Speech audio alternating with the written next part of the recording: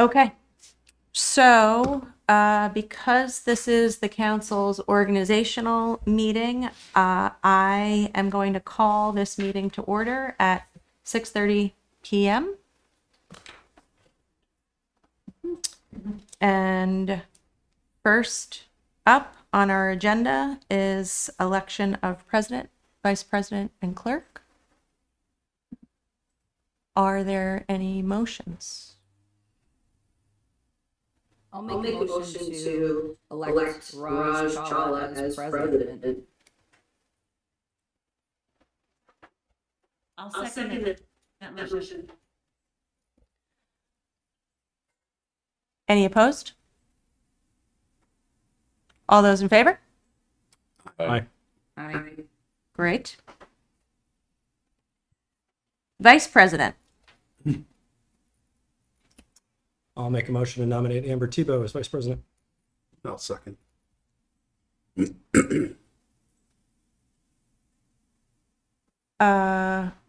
All in favor?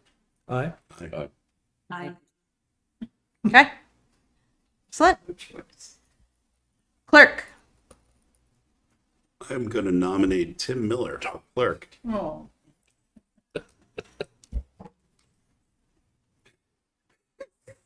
I'll second that.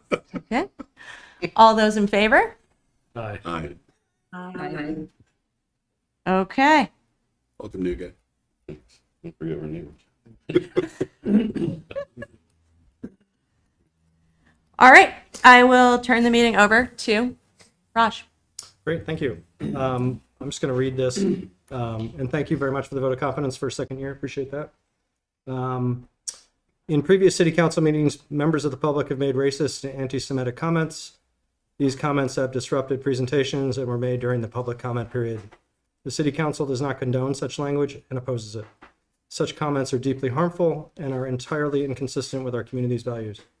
While it is not possible to prevent harmful speech during public comments, the council will continue to condemn such comments publicly. And with that, are there any agenda additions or changes? We do not need 6E. Great. Amber also raised her hand, just so you know. Let's see. Amber, go for it. I'm going to move the minutes from April 18th to business, from consent to business items.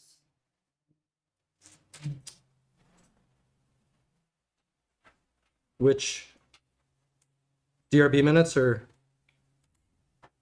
Count. The April, there's only two minutes of April 18th and April 20th. Oh, they're not in the reading file on the consent items. Right. Sorry, yeah. Yeah. So they're city council meeting minutes. This could happen a couple times though. Okay. You're at a city council meeting. It's Wednesday. Oh, Just so you know. whew. Good. That's where You're I thought the I new was. you're the new president. Oh. Just gonna cry publicly for a bit. Okay, so minutes will be the new 6E. Anything else? I think there was something. I think you want to change, not to interrupt you, but I think if Regina just remove E, we probably want to make the minutes D. And move Oh, right, the yes, sorry. executive session down. Right. Thank you. Yep. And we can move, I'll ask to move 7C to, let's see. What would make sense, Regina, if we want to talk about that? 6A or? Yeah, let's Okay. just move that to 6A and then the rest will rotate down. Okay. So we've got moving the second executive session, moving the minutes from April 18th, and moving 7C from the consent and making that 6A. Do I hear a motion? Move to accept the agenda as amended. Great. I'll second. Thanks, Elaine. Sorry, go ahead. So just a reminder, I'm afraid I have to drop off probably by 6:45 because I have a work commitment. My apologies. No problem. Thank you. Okay. All those in favor, say aye. Aye. Aye. Great. Motion passes unanimously. Public to be heard. This is the portion of the meeting where members of the public, in person or online, can bring comments or concerns to the board on items that are on the agenda or not on the agenda. So is there anyone in the room that wants to speak tonight? If so, come on up. There's a table right in front of, right behind this camera, if you don't mind. And I'll ask that you just introduce, yes, exactly. Introduce yourself for the record. And let us know what you'd like to talk about.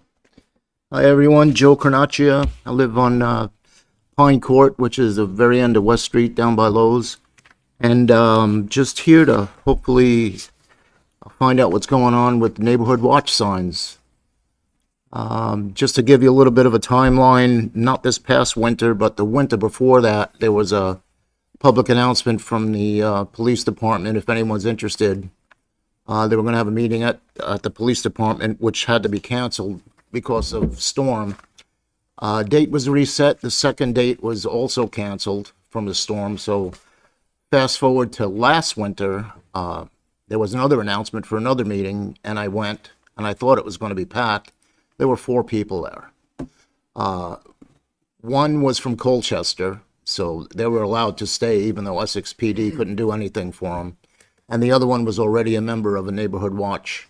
He was just there to give advice. So I was there. I happened to be from the city, and there was another gentleman there, happened to be from the town. Long story short, a couple of officers came in, gave their spiel on what to look for and what to look out for, like what is suspicious and what is not. You know, don't be calling the police department if a stranger's walking down the block because he's a stranger. You know. Anyhow, there was one sign there. I was interested in getting a sign. Every neighbor I spoke with in my neighborhood is interested. I spoke with my postman. He said there's about 50 homes in my neighborhood, which is right beyond that West Street extension sign in the back, which includes the end of West Street, Pine Court, and Clems Drive. So there's about 50, he had told me. So I had asked the liaison, Anthony Jackson Miller, you know, he was going to pick up some signs. The one that he had there was for show only, but it did say underneath it, Essex Police Department. So I had sent him, I'm thinking that this meeting was around March 1st. I had sent him an email around March 15th. Hello, Anthony. Waiting to see if you received any of the signs yet. Please let me know what's the next step. And he answered me, I did get the signs, but they are town signs. I need to reach out to the city to buy signs, and the town and the city are responsible for buying signs for their respective constituents. I will reach out to the city this week to see if they are able to buy signs and put them up for April or May. And that's when I called you, Raj, if you remember, and I don't know if what you found out, if anything. Actually, I think Chris has his hand up because he might have a update. I'm not sure if that's what. Last I knew, Public Works and Anthony were connecting to get that done. But I'm not 100% sure on where that stands at this point. Yeah, and But, I unfortunately don't have an update either. And yep, Chris was not raising Okay, his hand great. for that purpose. Okay. But we can definitely look into it and get back to you on that. Yeah, I'm not quite sure how long it takes to get them. I know Anthony was waiting for the city budget to pass, and once that happened, that I saw some correspondence about the two connecting. But after that, I'm not sure. Okay, so do you happen to know, you probably don't, but do you happen to know the process? I mean, do the signs come in and then have to be, it has to be, Essex Police Department has to be put on the bottom of them? I don't know. Yeah, I didn't think so. And then the other thing is, when it comes to Public Works, he had stated that you can possibly use an existing sign that's there, so another one doesn't have to be dug, or another one can be dug. And in this instance, you know, I know I'm not going to have final call, but there is one, the one that says dead end for the end of West Street might be ideal. Yeah. I don't know. I was just, Yeah, we talked about that, and I think most likely what's going to happen is they'll be as efficient as possible. Okay, yeah, that makes You know, sense. then. whatever works for the sight lines and everything, they'll figure that out. I'm sure they'll probably pick the path of least resistance, and if there's a way to add it to the sign, to the current Okay. pole. But I think either way, it'll happen. Okay. I think it's just a matter of what the order is, has the order been placed, how long that takes to come in. Our folks get on that stuff pretty quickly, I think. So I think once it arrives, it won't be long. So just We can hold tight. Yeah, and Okay. I can get back to you once Regina and I can connect maybe this week and figure out where that is and get back to you for sure. Just so you know, the Public Works Director is on vacation for the rest of this week, so probably won't get a solid answer until Okay. early next week, probably. Okay. But I do know that it was proceeding, albeit very slowly. Okay. I just wanted, I didn't know where we were along this timeline and, No, I appreciate that. I appreciate your patience. Yeah. And yeah, it's interesting with the Essex PD. I mean, it's still Essex PD. So oh, yeah, you know, they're figuring that out on the back end. So I'm not too worried about that. okay, that's all I got. Yeah. Thank you. Okay, thank you, guys. All right. Thank you. All right. Is there anyone online that wanted to speak about anything for public to be heard? If so, please raise your hand. I'm not seeing anyone online. Bridget, Yep. come on up. I didn't come here to talk about this particular thing, but I've tried to communicate with the police department about some more Keep Kids Alive Drive 25 cones that we need on our street. And I know there are other streets in the city that need them, and I've received no answer. And I'm wondering if it's the same situation where the city has to buy those in order for us to access them. I don't know, but in that I've gotten no answer, I can't say. But if you could put that on your list to speak with them about as well, that would be great. And I don't think that the need for these cones or signs or whatever you want to call them will diminish. I think that many neighborhoods will need them, so we might want to invest in quite a few. Okay. Thank you. Yep. And that was Bridget Meyer for the recording. Sorry. That's Yeah. okay. I'm going to take this opportunity to hop off. Thank you, and I apologize again. Thanks, Elaine. Excellent. Have a nice night. All right, I'm not seeing anyone else in the room or anyone else online, so we will move forward with what is now 6A, which is a parking request from Brett Grabowski and Milo Real Estate. Just gonna try to pull that up myself.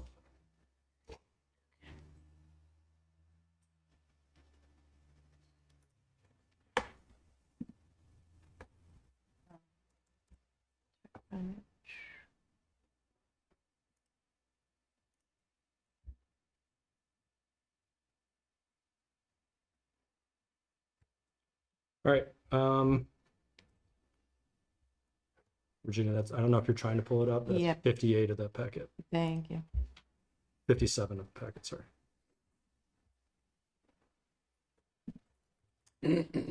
Okay, so I can just introduce this. And Brett Grabowski is here. Chris Ewan is on also if there's any questions for him. But essentially, the request here is to temporarily remove the overnight parking ban signs from 12 parking spaces in front of the Park Street School property. So essentially, this would be during the duration of the development of what is now the Domino's building. And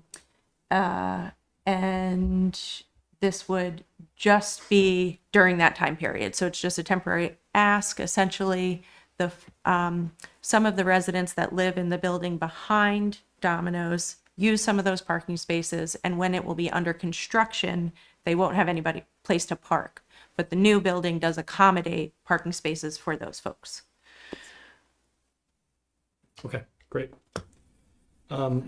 This is pretty self-explanatory. I just pulled it because I wanted to make sure. I just didn't know, Brett, if you had anything you wanted to add.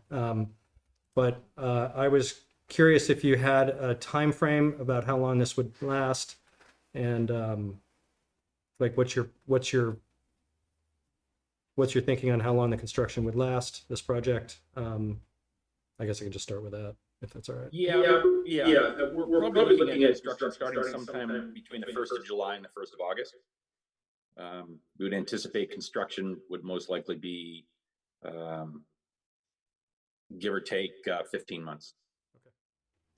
And this is just for, this is for overflow resident parking. This isn't for like construction vehicles and excess gear and okay. Yeah, correct. Construction vehicles will be parking across the street in the Lincoln Inn site during construction. So there'll be ample parking across the street there for them during the day. Great. And our recommendation in the memo says the cost of modifying the signs should be charged to the developer. I think I'm curious if you're ready, if you are aware of that, and if you were, because I would, if there are, I mean, if you wanted to, I mean, my own staff could take them down when the time's right, and I could, or you could have Public Works do it. I mean, either way, it's really up to the board. I don't anticipate it taking Public Works more than an hour to pull down, a half a dozen signs that are over there. But however the city would like to handle that, I'm more than open to it. Great. And I guess my only other question for Chris or Regina was, is this the whole lot or is this just the lower portion? I don't even know if it really matters, but. So here, let me just share this. So it's not the whole lot. That is, there are more than 12 spaces there. Some of them are used by the school, like the Park Street school property itself, and then there are spaces that are closer to the front, which So it's just the A section there. right. Okay. All right. Great.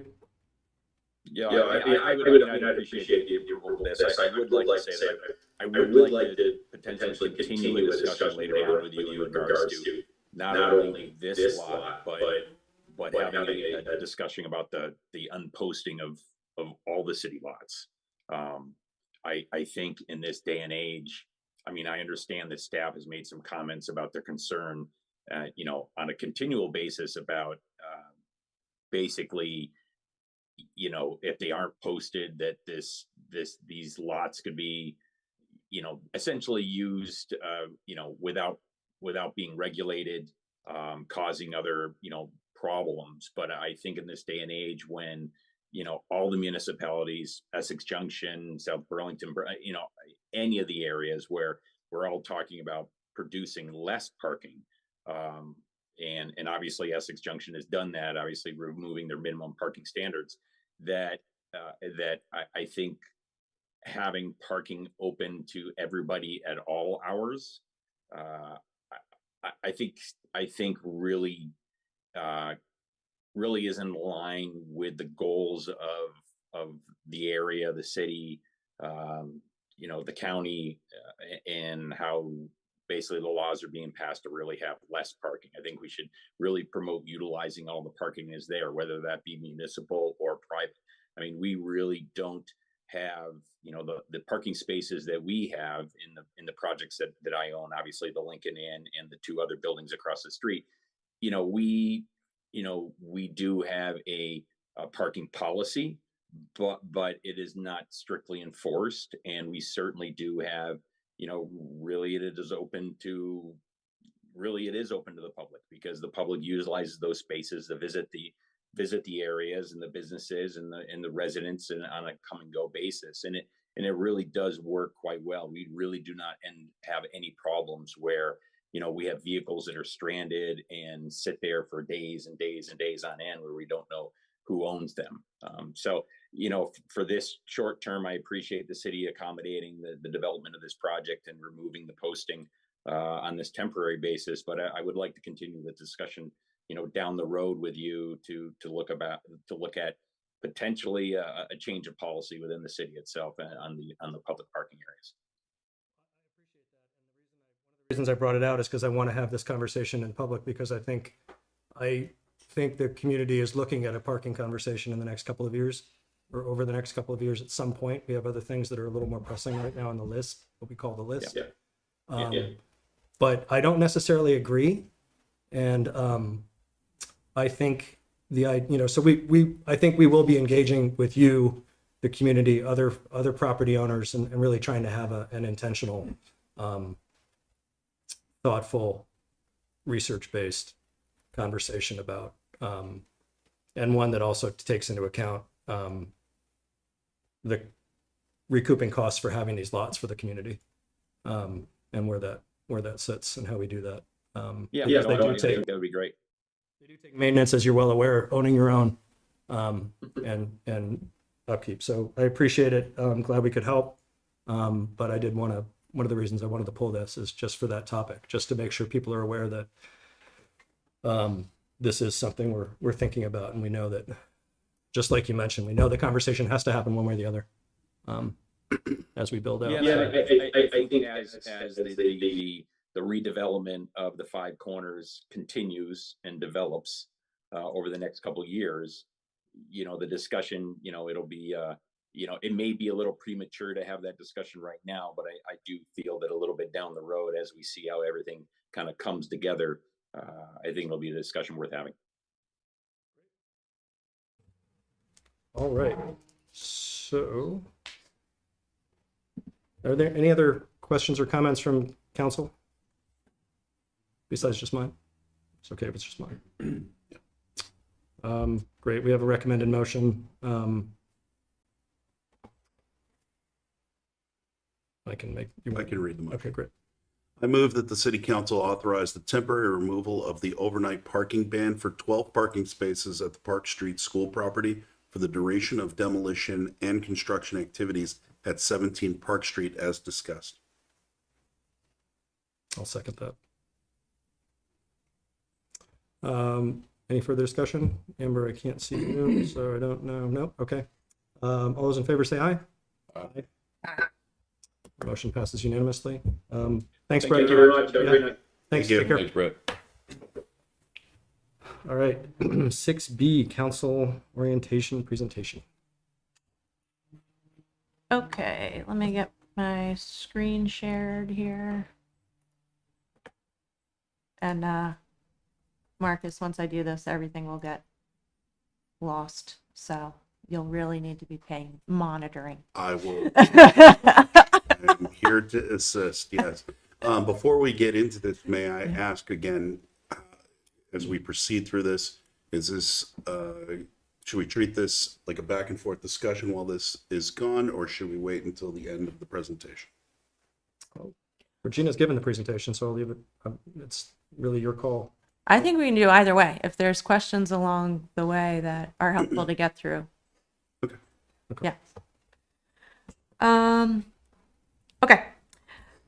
So this presentation is fairly similar to the presentation we had last year. It is modified from some of the other municipalities and just really sort of a basic overview of a lot of different things. So I will try to move through here relatively quickly. We've got about 31 slides. So just so everyone is aware. These are essentially the different topics that we will be going over.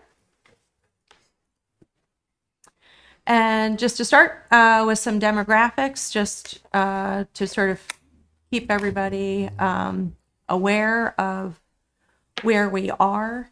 I didn't keep the specific things on here, but I did find it notable that the median household income did go up from last year's presentation. Also, I believe it was folks born outside the U.S. went up, and language spoken at home went up as well.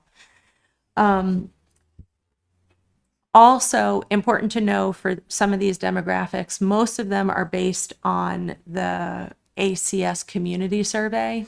Those are wildly lacking of a sample size that really, really are accurate. So just so you know, they're good relatively speaking, but in terms of population counts, those are really real on the census basis every 10 years. So in the in-between is a lot of estimates.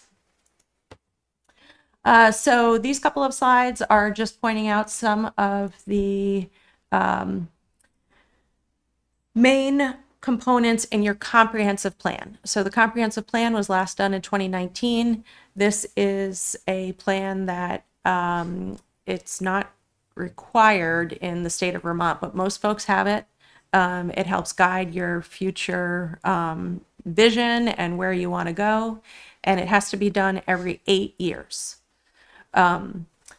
The other real kind of component of this plan is that the zoning that you have in the city has to mirror what this plan calls for. So in a perfect world, you're developing your comprehensive plan and then you're adjusting your land development code to make sure it achieves whatever changes or goals that you've got set out in your comprehensive plan. Just pointing out here on this slide that this was done in 2019 prior to separation, so there are some components of it assuming a different future. But for the most part, everything in there makes good sense. As folks know, right now we are working on a strategic plan. These are distinctly different. The comprehensive plan is truly comprehensive. It has to meet like 14 different elements that the state calls out has to be in these plans. The strategic plan, we're really hoping to get more specific and focused on our next 5 years and what the council wants to focus on. So other things that are in the comprehensive plan, it really does focus a lot on the Heart and Soul project. So you see it's organized based on local economy, health and recreation, community connections, education, thoughtful growth, and safety. It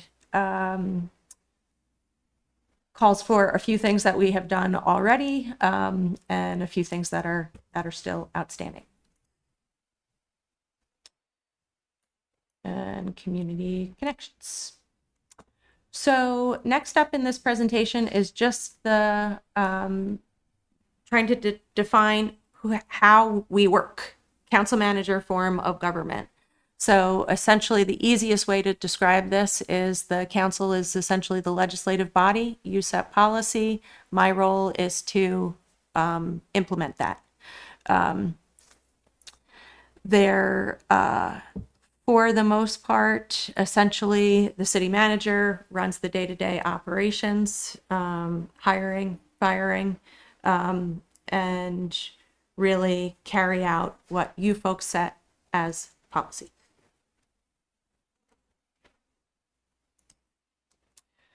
This is a diagram that sort of helps to explain that they are not completely clear black and white roles. There is a bit of art to this. And so really this is intending to show that on the left-hand side is the council's role, and on the right-hand side is the manager's role. And this line down the center of these 4 topics is really shows the shift. So at the very top, the mission, that is very much the intention of the council to set that mission. And then you've got the policy next in the block, and then the administration and management that really lands much more in the role of the manager side. So council authority, this is, for the most part, this is described and explained in either state law or your charter. You hire the city manager, you appoint the city attorney and the city clerk. For both of those, the manager makes a recommendation to you for that. And you also appoint the zoning administrator. Appoint residents to all of your commissions and committees that you have. The council also serves as the Liquor Control Board, the Local Cannabis Control Commission, and the Board of Health.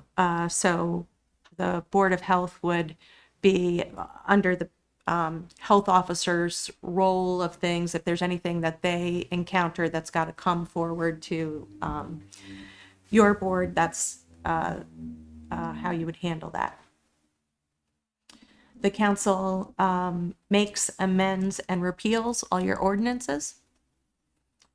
You have the authority to acquire, sell, or lease property. You provide fiduciary oversight. And you approve the budget that you send forward to the voters. You do a independent audit, and you convene whatever public forums you would like.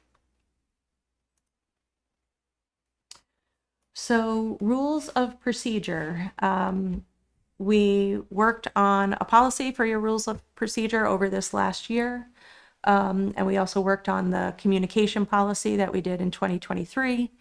As we discussed at your last meeting, possibly last meeting, we will be taking a look at that again with VLCT's new guidance and the disruptions that we've had over the last couple of meetings to just try to clarify some of that.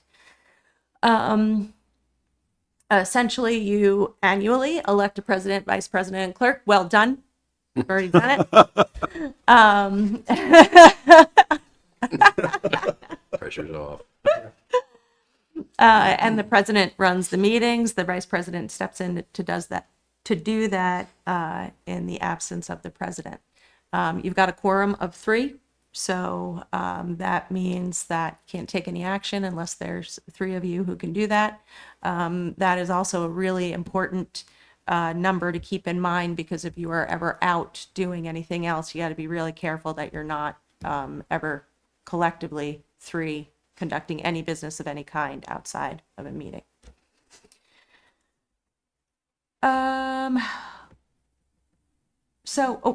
Just to point out, so setting the agendas, between Raj and myself, we set the agendas. You folks have access to a SharePoint folder where there is a agenda planning spreadsheet that we do our best to sort of guide what is coming forward, and have sort of the annual things that have to happen in each meeting set up there as well. But typically by Friday, we're really kind of refining what actually is ready and set for that agenda, and the packets go out on Friday. Though, to be clear, the agenda doesn't technically need to be finalized until Monday for your Wednesday meeting. But we've been doing a good job of trying to get those out on Friday so we've actually got time to look at it. Agenda outline, public to be heard, business items, consent, counselor comments, and manager's report, then your reading file and executive session. So consent agenda, for the most part, are technically mundane things that you have either seen before and it's just the final okay of any discussion item that happened previously, or it's a relatively minor fiduciary ask for the most part. I don't know if you want to add anything to that, Raj, but that's generally what we put there. As we saw tonight, any council member can request at the beginning of the meeting that you want to pull something off of the consent agenda, and then we'll talk about it under business. Other point I'll just make on this slide, if any council member has a question at any point on anything in the packet, it's best to get us those questions via email beforehand, so then we can get you the full answer and be prepared as best as possible the night of the meeting. Yeah, and I just want to add, as far as the setting the agenda and everything else, there is that spreadsheet Virginia referenced, and it is available for consultation anytime. So any input, questions, it's not supposed to be very top down. So, participation is encouraged. Sure. Either questions to myself or Regina or both. It's a little more art than science. Absolutely. So boards and committees. These are all the boards and committees you've got. In the top left corner here are the boards that you have that are specified in charter.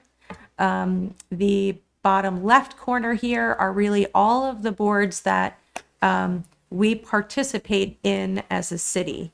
And over the next couple of meetings, we'll be bringing forward both annual appointments to all of your boards and commissions. So right now we're advertising the spots that are open for those boards and committees. So you'll start to see those applications come forward. And we will also talk about the representation of the council/community members on these regional boards as well. Can I ask a question on this particular slide? There's a couple of committees on here that we've been talking about for a while. And just for clarity, as far as the rec advisory and the governance committee, what do we see as the potential timeline to start that particular discussion? Because I mean, I know by statute, we have to get that governance committee up and running. I think based on the length of that potential topic, I would like to see it start sooner rather than later, if at all possible. But we've also been, like I said, we've been talking about rec advisory for a while. So I can start. Sure. If you want. So I'm looking at the FY25 council agenda spreadsheet. And we've got September 11th meeting slated to start thinking about that governance committee. So that committee has to be up and running no later than February 22nd, 2025. So we'll want to think about what that, more clarify what the mission is going to be of that, how we're going to advertise for it. And so we'll start that discussion in early fall. So we have to have it, we have to stand it up by February, but we have to have it final before the end of this next fiscal, correct? We have to have a decision done by the end of this next so I'm just thinking about it. Yeah, the charter says you have to start it by a certain point.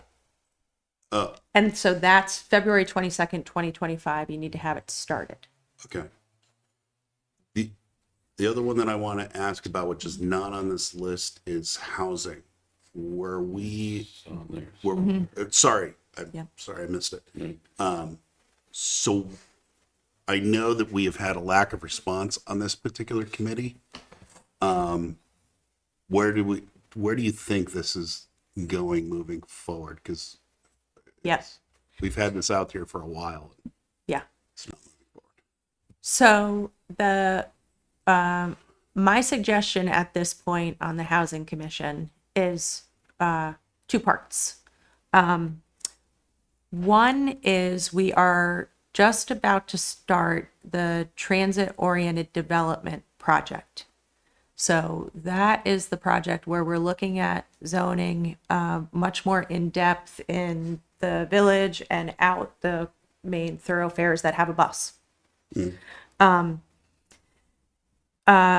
My suggestion is that we recommend to the few folks who have been interested in the Housing Commission, because if you remember when we set up the Housing Commission just on the city side, we set it up for 7 members because we wanted to get some development folks on that and some housing folks on that, and try to have it as broad as possible to have a lot of participation. We have not been able to get that level of participation. We've had, I think, just a few folks show interest over the last number of months. So one suggestion is that we suggest to folks who are interested in that is to sit on a steering committee specifically for that transit-oriented development project so we can get a lot of different buy-in into that project. The other recommendation is to suggest to those folks that the Planning Commission is also likely to be the place where most of the housing work is done at this stage of the game. Then that also gives us a little bit more time to sort through what is the strategic plan saying, where is it guiding us, where do we want to put the most resources going forward to try to address housing more broadly. So that's my suggestion at this point. Thanks. Appreciate it. And rec, Yeah. rec advisory, we have been pushing that a little bit to see what we get out of the strategic planning process. Okay. I think that conversation has to happen. It's coming, but I think before we move Okay. too fast, I think we just need to see what Okay. rose to the top. Thanks. Yeah, and I think that just one note that I'll add on that is, so this bottom right corner is really all of those different committees that we've talked about. We know that the governance committee have to do it based on the charter, so that one's non-negotiable. The others are, as a collective, it's more than we have staff resources to do.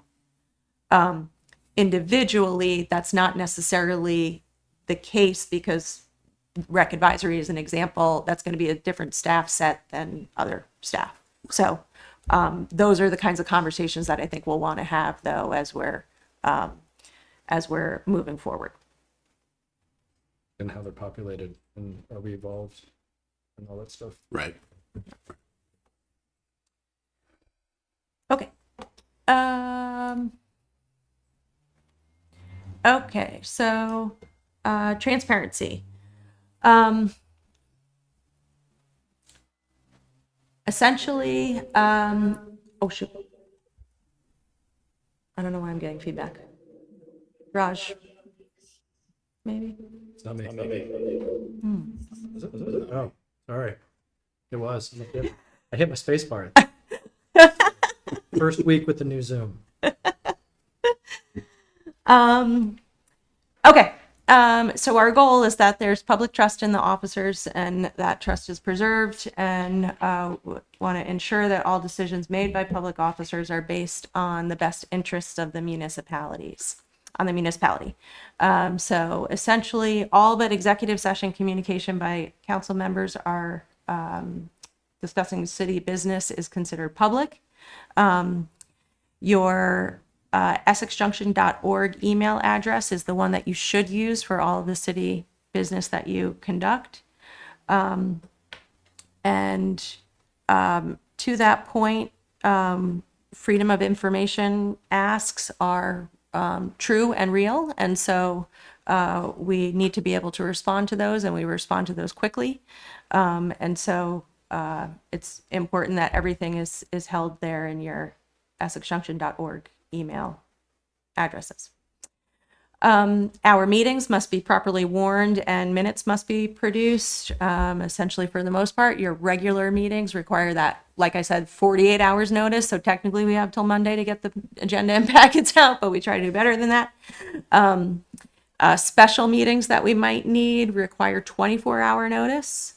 And then there's a third level of meeting, which is an emergency meeting, which is essentially you do the best that you can, but if you need to have an emergency meeting, there is no time requirement. Really, an emergency meeting will come into play in massive flood events like we just had again this last July. Many council members needed to have meetings to be able to rapidly figure out what to do and move money so they could address things.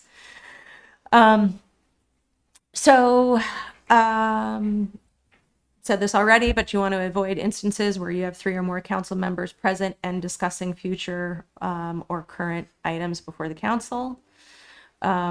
Information can be shared via email, but no discussion, debate of any kind should really happen via email at all. That really has to occur in a public setting in a properly warned meeting.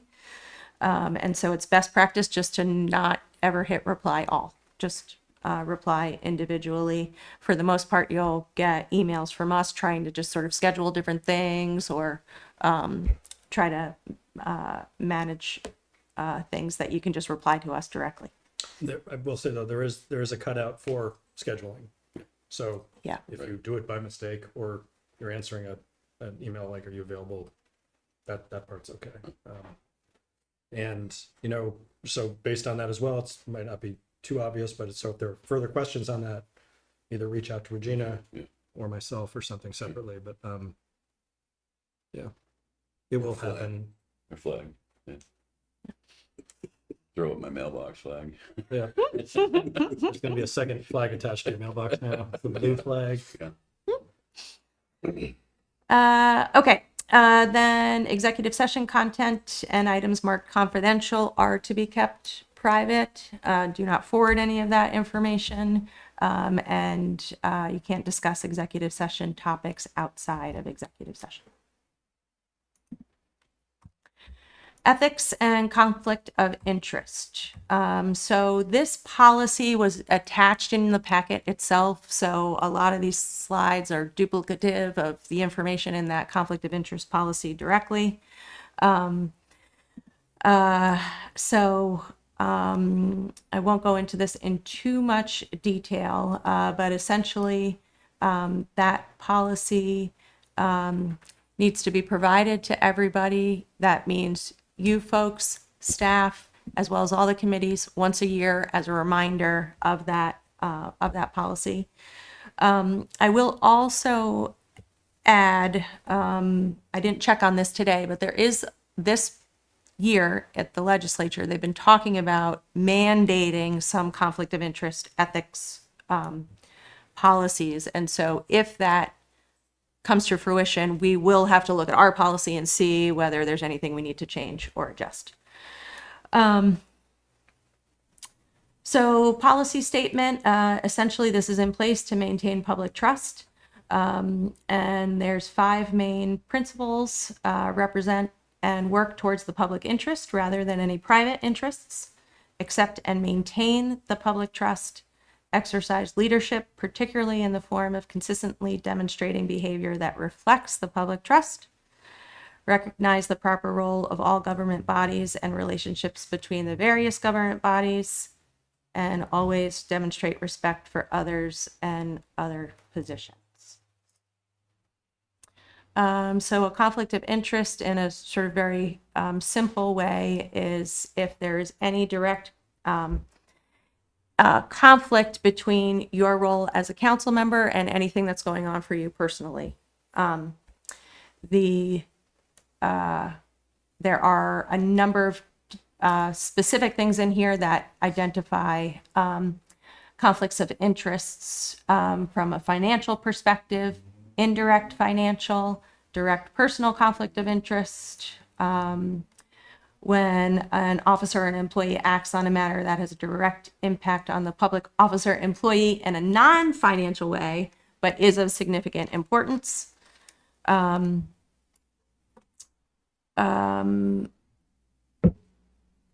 Another indirect personal conflict of interest arises when the public officer acts in a manner in which the public officer may be affected because of a familial or personal relationship or membership in an organization. And I'll just sort of point out here too, I think an important thing about this whole topic is it can be a real conflict of interest or a perceived conflict of interest. And that concept of our role here is to protect the public trust can be just as important in a perceived conflict of interest as opposed to a real, true, defined conflict of interest. So it's important to think about it in that way. This is just the continuation of that previous situation. And what is not a conflict of interest is if your interest is no greater than that of other persons generally affected by the decision in front of the board. The policy also identifies a number of different prohibited conduct, which is a helpful list to think through. Again, this was in the packet, so I'm not going to read down through here in full, but it's important to know that the policy does include this very specific list. So what do you do if you have a conflict of interest? The most important thing is to disclose that to everybody so the full board is aware of that. And then also to recuse yourself from that particular discussion if a conflict of interest exists. And essentially we have seen this over the last couple of meetings. Marcus recused himself for a topic. Andrew recused himself for a topic last week. Essentially, works best, get up from the table, and you can participate as a member of the public, but it's very clearly not a member of this board.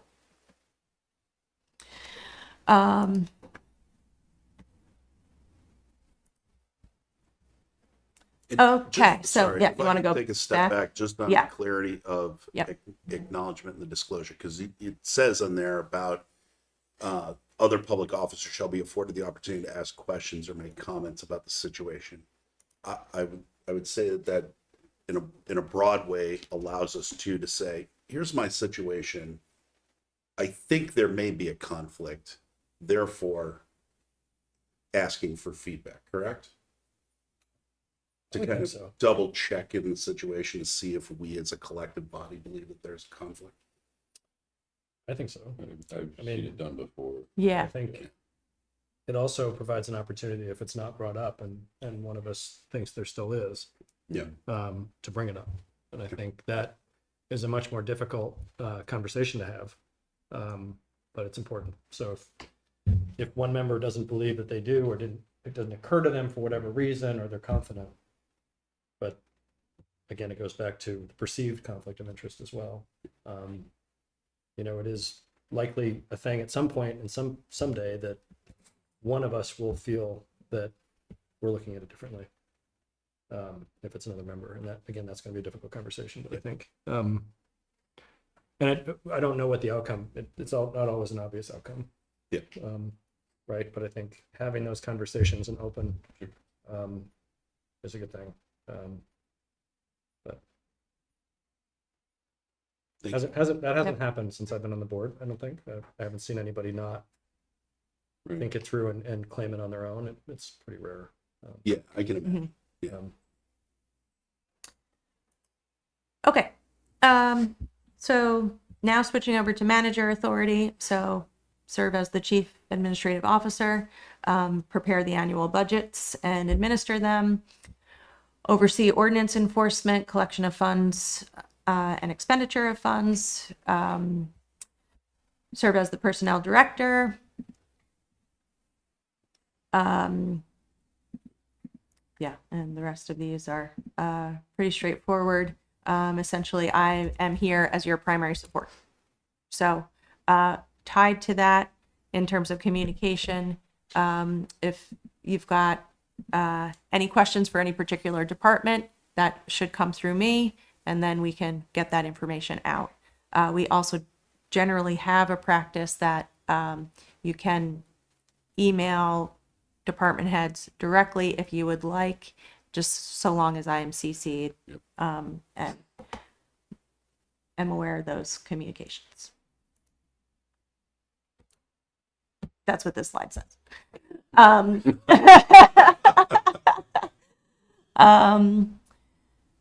Yep, I have sort of touched on most of this already. So emergency situations. So this is a good one to just sort of point out, because we have had some circumstances in the past where thankfully we haven't actually had real flood damage like other communities, but that sometimes the water's coming over that dam and it's really scary. So essentially, in-house, we are attempting to keep the council as informed as rapidly and quickly as we can. It's going to feel not fast enough because we are all sort of out trying to figure out what's going on, what's happening with the pump stations, what's happening here, where are trees down. And so it takes us some time to get a thorough enough information to report out to folks. If we're in a real situation where we've also got to be sort of communicating out to the public, it's best that we really do that collectively between the president and myself, and your emergency management director, who's the police chief. And the other point of contact is the fire chief. And I'm the second point of contact in that, in the emergency management director's role. So we will get that coordinated, and get word out collectively. Okay, so these are important just to know that these positions have very specific statutory authority that they've got to respond to and adhere to themselves. And the point of this is just to know that while these are your staff, you can't necessarily dictate or direct them in a direction that is outside of what statutory authority is.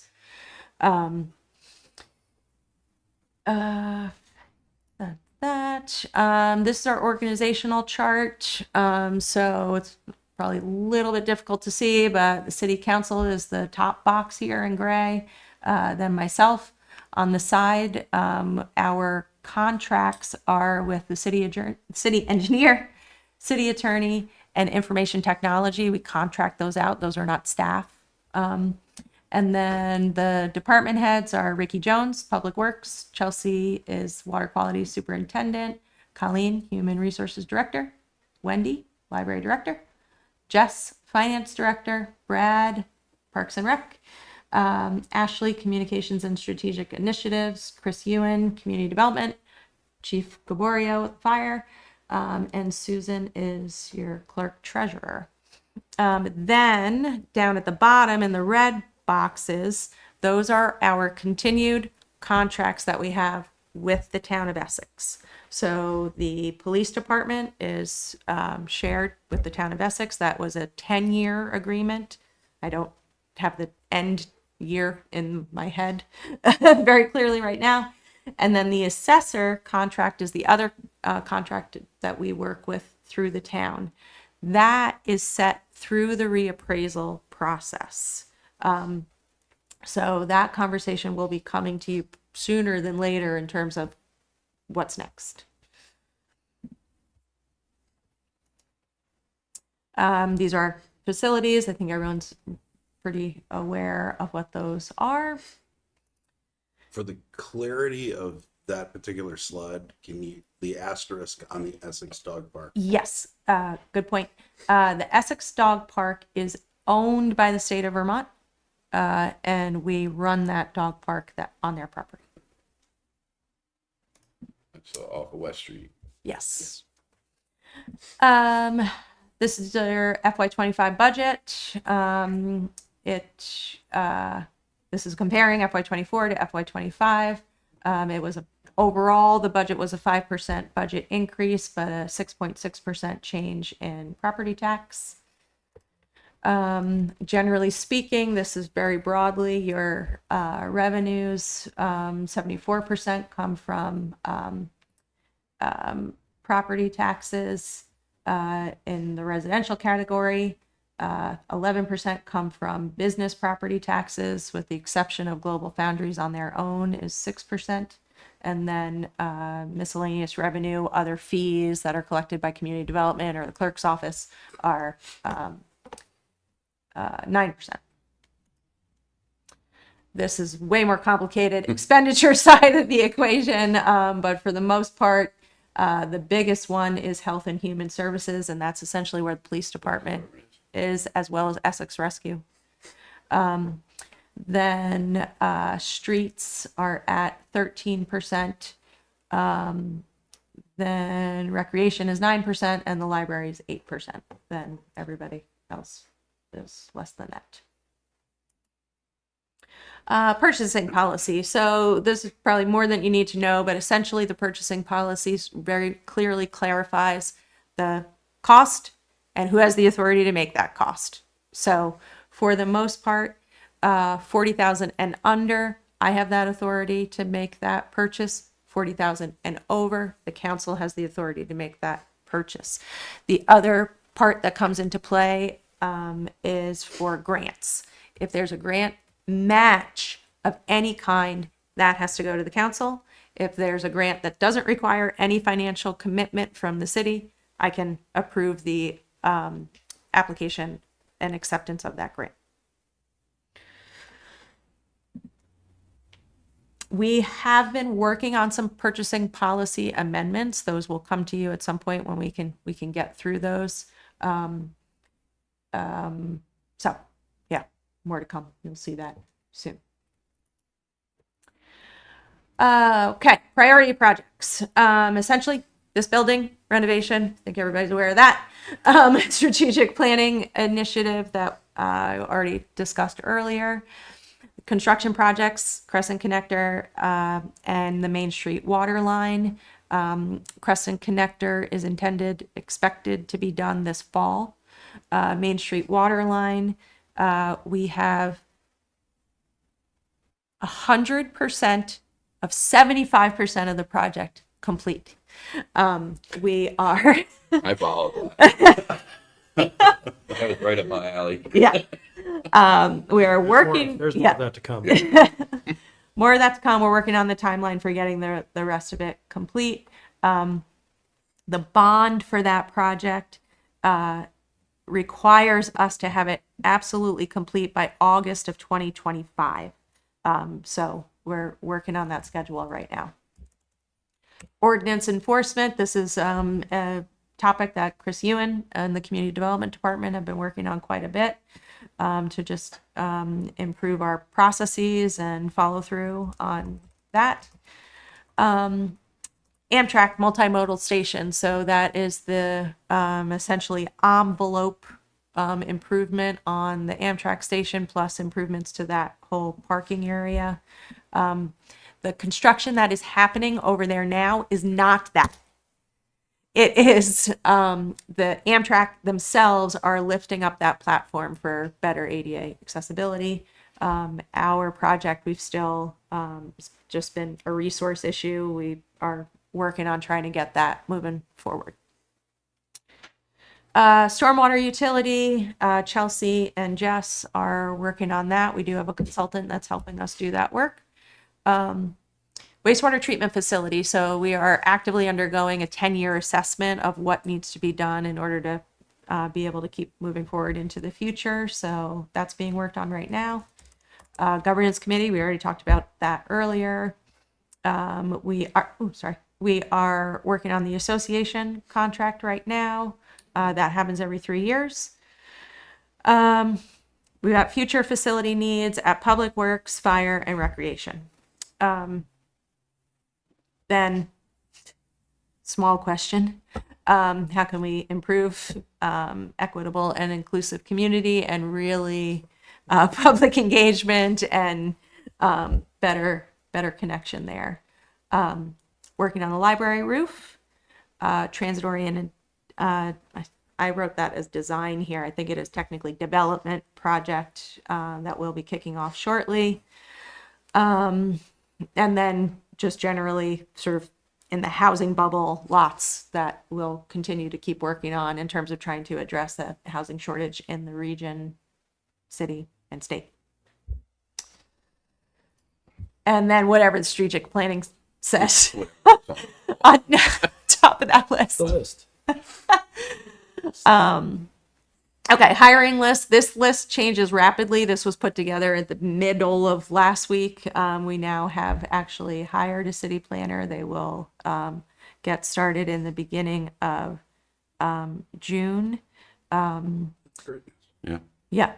And I'm not exactly sure where we are on the rest of these. I think we've got our stormwater interns hired as well.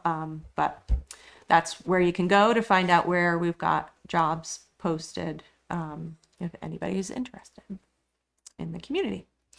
Upcoming events, we've got our Memorial Day Parade on Saturday, May 25th. There is a community fair at the library on Saturday, June 15th. Renovations at 2 Lincoln, just put it on here so folks generally are aware. We do not have a actual start date yet of construction.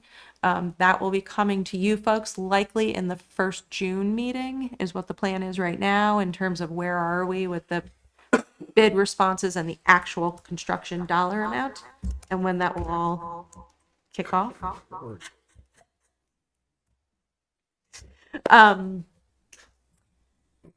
As of now, folks know that the senior programming is in other locations.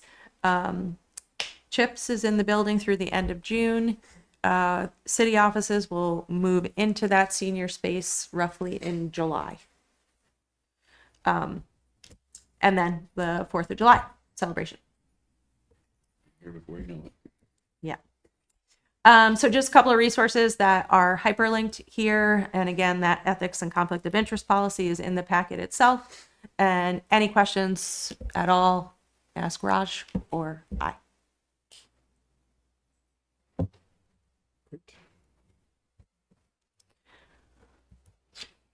That was wonderful. Thank you. Thanks. Sure, yeah. Appreciate you taking the time to go through that. Yeah. Are problem. there any questions from council members?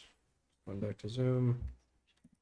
I don't see anybody on Zoom currently with their hand up. Yep, good, thanks. Anyone in the room with any questions or comments on, sorry, any questions or comments on any of what we just talked about? No, great. Okay. No action item on this. So without any further discussion, we can move on. Okay. I think that's 6D, right? Discussion and consideration of Main Street Park next steps. Are we talking about our schedule? Oh, yes, sorry. Oh, right. Yep. I'm sorry, Bridget and Nick. I wish I had rescheduled this, ordered this differently. Sorry. Okay, let me share my screen here real quick. It's Wednesday. I'm at a city council meeting. Done this before, I swear. Okay, so essentially,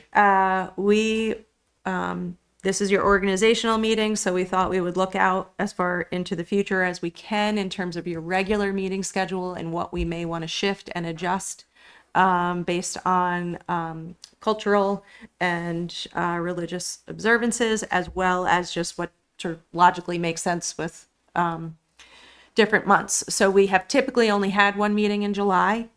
So the first recommendation here, if it works for folks, is to switch that to the third Wednesday in July, which is July 17th, which kind of puts that one meeting in July kind of midway through the week, and takes it further away from the 4th of July holiday. There are some other adjustments in here based on those holidays.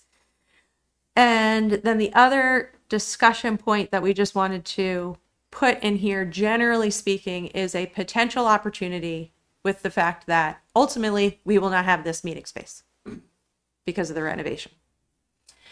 So we have talked quite a bit over various meetings about how to better engage with the public and get out into the community. And so it potentially poses an opportunity to think about whether we can tighten up to one business meeting a month, and that essentially could free up council members to participate in other community events or host smaller chats and conversations within the time period of when we won't have access to this building. We are separately figuring out where we're going to host your meeting. So it's not like we're never going to have any meetings in a physical location. We're just trying to sort out where that happens. And meeting space is a bit at a premium in a variety of places. So thought we would just sort of throw that out there as a concept and how folks feel about that. And then if there is any interest in thinking through that, then we can go back and kind of really think through more specifically how that would look. Only other point to make here is it is, generally speaking, in the world of engagement and connection, it's better to go to where people are already gathering and doing things as opposed to hosting and expecting people to come, particularly in this kind of world of, perhaps if we planned it out, we'd have a particular topic that made sense, but, so. Can I ask, what are the conflicts with July 10th and the 24th? So we were trying to figure out how to make it one meeting.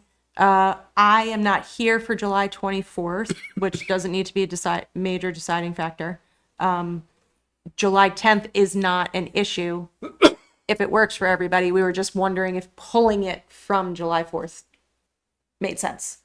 But I don't think there's any challenge Okay. with either of those two, except that I can't attend the 24th. Any council questions or comments on anything based on that introduction? Yeah, I have two questions. Well, I'll start with one. As far as the engagement piece, if we were to do the engagement piece, is that going to be led by Ashley in order to kind of help us put those things together and get us out there?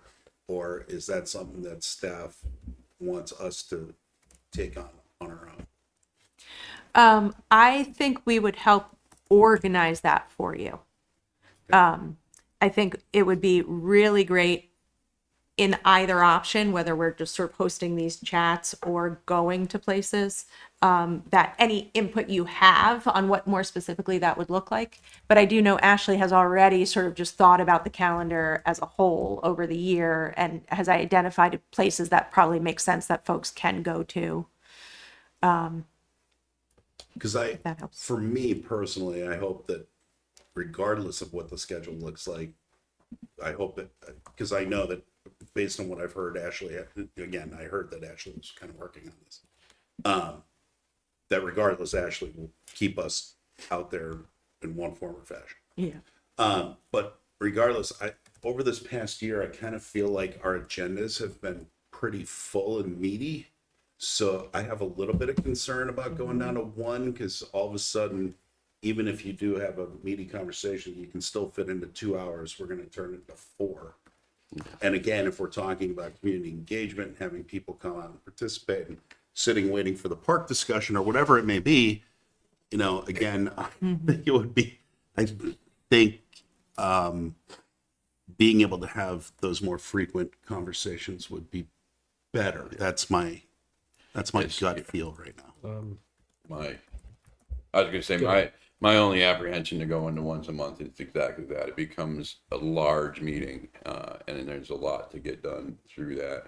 And I'm not, as the newest member here, just saying, I've been to enough city council meetings that I know that they tend to go on, and if it gets into a hot topic, and where are we gonna sit? I don't mind still trying to do 2 meetings and some community engagement, especially during the summer warmer months when people are out, and we can go to them and find those groups. And I'm happy to put myself out there to do that in any way that I can help. So like I said, my only apprehension is to move down to 1 meeting really is going to make that a packed agenda. And my fear is that we go to those meetings where we had 400-page packets, it becomes an 800-page packet because we're doing 2 in 1. But anyway, Getting a tick. that I get on Friday, that I'm trying to consume on Wednesday.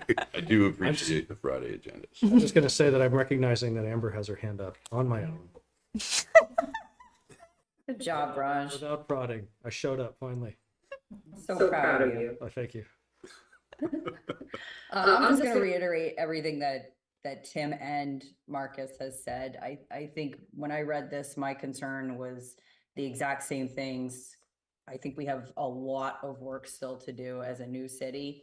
And we tend to go long meetings now without having 1 meeting a month. And so my preference would be to continue to, and as Tim said, try to get out there into the public some more. I think we all are doing that anyways, whether it's as a community member or as a city councilor. I think we all are participating in some of these events, but just pointing them out because sometimes it's not obvious is super helpful.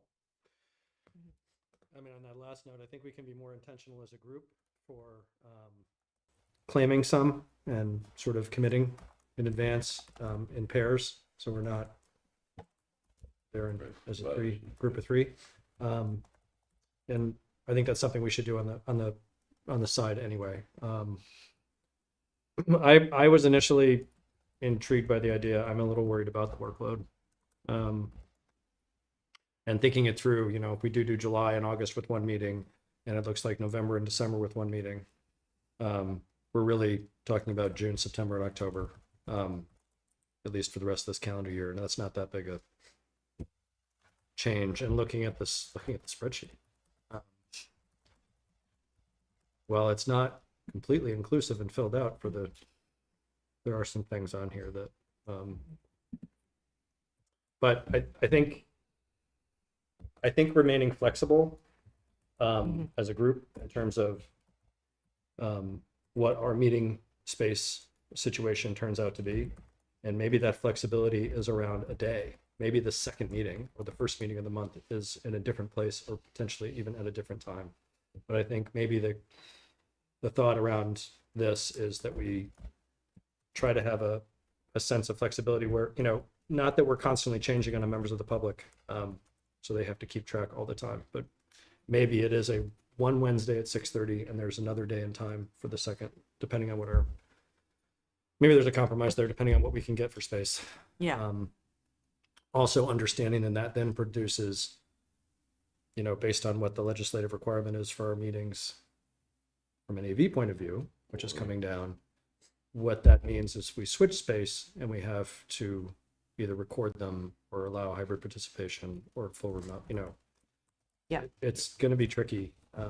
But Yeah, and I do think, I'm not certain where that legislation will land, but if they allow remote fully, it does help us. Not to say that that's what we would be aiming for, but it is helpful if we find ourselves without a physical location. So that that at least makes it super helpful. If that came out all together, then it would be tricky. So I think that will help us out. Okay. Okay. Thank you. I think that, does that cover all the recommendations? I mean, we could do at the end, we could commit to July 17th right now. We could commit to all of these if that would be helpful.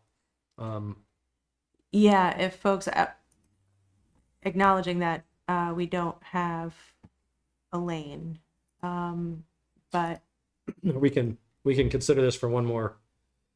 When's the next meeting? The 22nd. yeah, But this doesn't. Well, yeah. I guess we could come back to it on the 22nd, or we could. yeah, I think none of this is so imperative that we can't talk about it at the next meeting. So Okay. that's fine. And maybe it'll be in consent, and Yeah. she can have a chance to review it and provide feedback. Okay. Great. All right. Okay. Now, any comments or questions from anyone in the room on that meeting topic or Zoom? I don't see any hands raised on Zoom. If there are any questions or comments from members of the public on that agenda item, give folks a minute to raise their hand on Zoom. I'm not seeing anyone in the room or on Zoom, so we'll move ahead to discussion and consideration of Main Street Park next steps. I think I'm right this time. Okay. Let me share my screen. So, way back when we were talking about the budget, so long ago,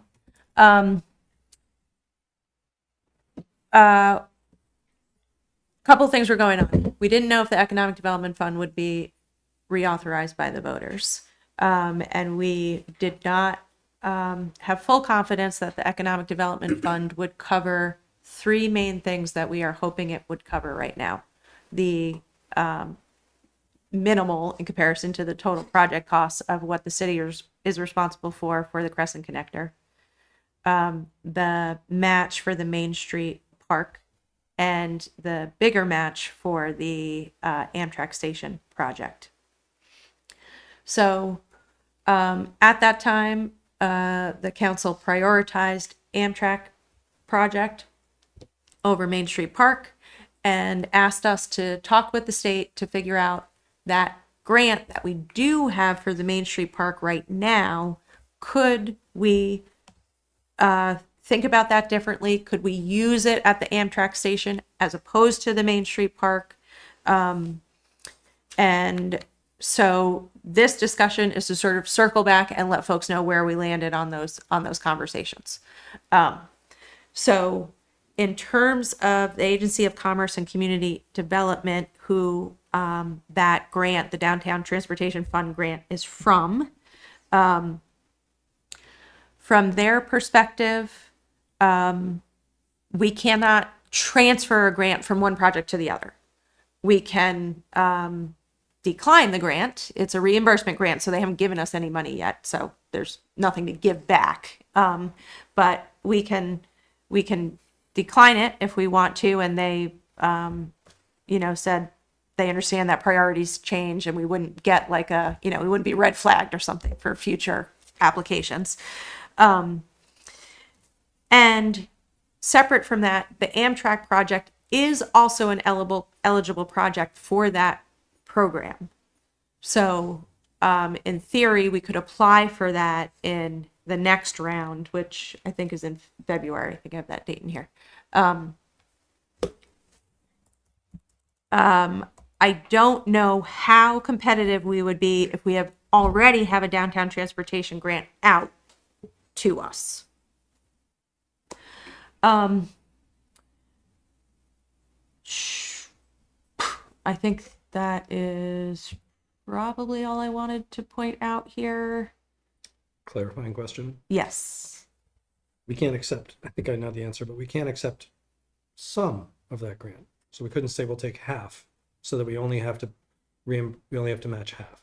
In other words, leaving some later for the Economic Development Fund potential use, as pointed out, or I don't want us to have to go back and forth with these folks. They're being very gracious, but yeah. I think it's a good question. We did not ask them that. We didn't ask them for something less than the full design. And just so folks remember, the full design is even not the full design of what we asked them for. But it is possible. We can definitely ask them if they would be okay with a modified design that does something less than what we submitted. yeah. Chris has his hand up. If you're Yeah, so the grant, that project as it is designed right now, requires I think about $200,000 from the city's budget. So it would far exceed the required grant amount, just because the park was much more expensive than that grant would have been able to cover anyway. So if there was a way to further dial back that park, I suppose it may be possible to continue to get to receive the full grant amount as long as they're fine with a change in the scope. But you said it's a reimbursement grant, so Yeah. we're going to get back whatever we put into it, not more than that. I just want to be clear about the language, because Chris, the way you just said it, it sounded like if we dialed it back, I don't know, I'm just throwing out numbers, right? Like if we turned into $100,000 project, and if the grant is 200, I just want to be clear that we're only going to get what we put into it. So versus we're not going to get the full grant amount by dialing this thing back to less than that grant. Well, Go ahead, Chris. Over that grant right now anyway, so you could dial it back by 50% and still be using the full grant amount. But in terms of designing the park, it might be difficult to further dial it back. It's already a scaled back design. So yeah, the grant maxes out at $200,000. They don't give you any more than $200,000. Our full design is like $650,000 or something like that, but we dumbed it down to only pull $278 from the Economic Development Fund. So I think what Chris is saying, we could potentially still keep 200 from them, even if we did something less, if that makes sense. Yeah. And keep is not the right word because they haven't handed us cash. They will once we pay the money. Spend the money. right. I mean, my concern is just want to check for Amber. My concern, is giving that up.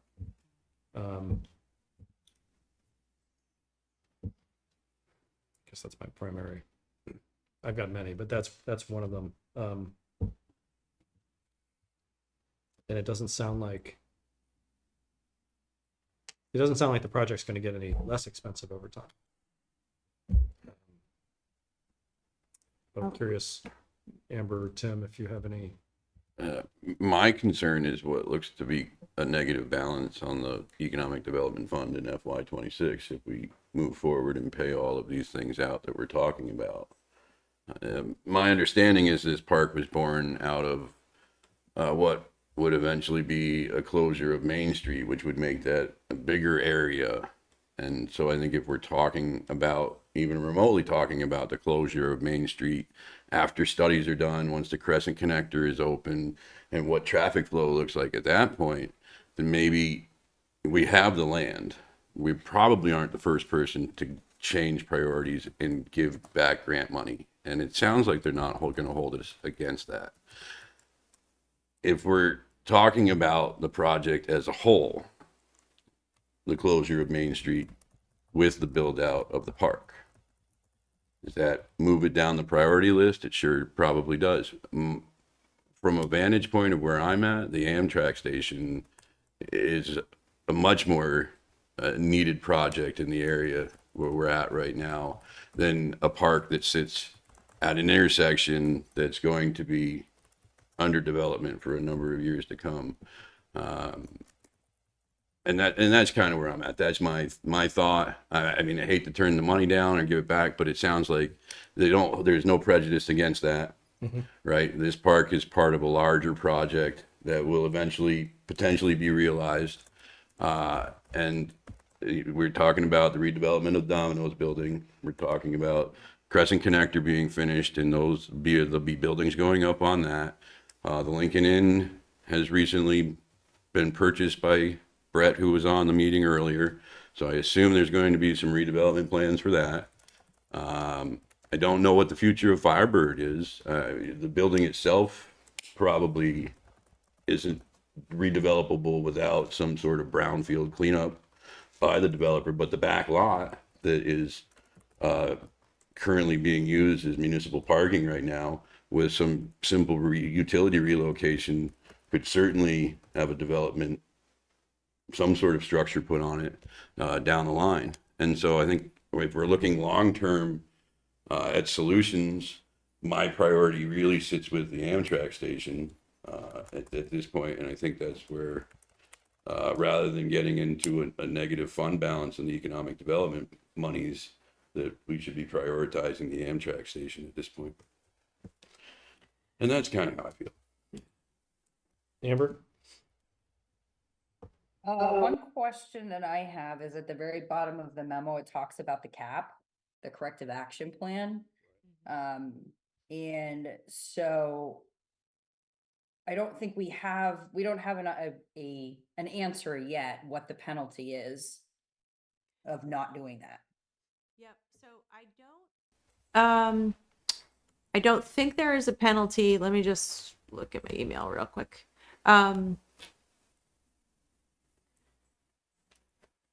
So essentially, it's a petroleum site. There will likely be funds from the state to actually remediate. So whatever soils we have to get out of there. And just so folks know, the intention all along has been that that's very, very minimal. We only would be doing that in the areas where there's tree. Right. Silva things. So, and posts for whatever canopies or anything else that there would be there. I think at a point in time, there is also brownfield planning funds. And so a portion of the CAP work that has been done, I think was able to be recovered from that program. I think, not positive. What we don't know is if there are any planning funds on the table to finalize the CAP, because it's yet to be finalized because the design plan is not finalized, and so they can't finalize the CAP.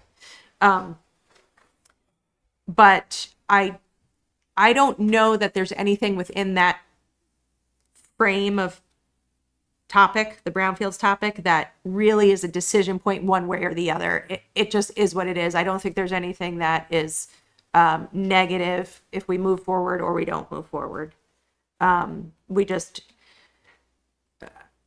have a partial cap that whatever we do does need to be finished and finalized before any disturbance can happen there. Okay. Yeah, Marcus. So, Oh, Amber, go ahead. Keep going. I didn't know if you had a follow-up, sorry. No, I was just gonna follow up and say, I don't think my position has changed from budget day, and when we said basically let's table this for now. So that correlation would be, I hate to give the 200 back, but I think that's where I'm coming down at this point. I'm in the same boat as Tim. I don't want to see us going into the negative. I think it would be great if we could apply to get some money towards Amtrak. And we can always reapply when we're ready, but I think we made a decision to put this on hold, and I think I'm not sure what has changed. Yeah, and just one thing I will say just on that point, at budget day, we had this projection of what the Economic Development Fund would look like if it was reauthorized by the voters, but it was a big if at that point because we didn't know if it was going to be reauthorized. It is now reauthorized, and it works okay. There is a negative that happens in FY26, which we could probably adjust at this point to make sure we don't overspend until we're Right. have more coming in FY27. But so that has changed, just so folks are clear. It was a very big if at that point in time. It is no longer an if where we are today. It Yeah. just doesn't leave us any money to do anything else in that fund too. So That is true. And it is a little frustrating that, I'll say it again, we're paying $740,000-ish for a building, to renovate a building we don't own, to keep the train station Andrew. looking good, which I will just not get over. Marcus. I'll simply say that I agree with the points that have already been made. As far as what I think is our priorities, and I don't think that for me my position has changed much since the budget day. I will add this to it, and going back to again what Tim already acknowledged, talking about the long-term plan, about if we're still heading in the direction of the redevelopment of Main Street in the future. It's always been I've always questioned whether or not doing this small park before we end up with the big park that theoretically would potentially be there was the right move. And so there's a portion of me that still wants to wait until we are closer down that way and look at that redevelopment, and then make a decision as to whether or not, once we're closer down that way, if we're redeveloping Main Street in the way that we had planned, that had been planned before, then we will talk about whether or not what that green space over there looks like, and or any other redevelopment that we choose to use in that land that could potentially be created in that space. Yeah, I think I would agree with that at this point. I think, we're gonna, in the next 5 or 8 years, it's gonna look significantly different down here. And that area has already become the common space for folks that have moved into what's happened already. I mean, every day there's people in there. Even when I drove through today and it just finished raining, there were people out there. And I think it's on us, the city, to try to provide some of that common space. So I think we should continue the conversation about what we can do to make it a little more welcoming, while we wait to do the big, if there's anything we can do, while we wait to do the big project that will likely be tied to Main Street. But I'm hoping, the Main Street exploration is a lot closer than it used to be. I think, next year, the year after, we can start researching if it acted as intended, if it's having the intended impact. But I do think long-term though, we do need to be like improving and creating some common space as we build more buildings and welcome more people downtown with few amenities. I mean, they have amenities, but there's no.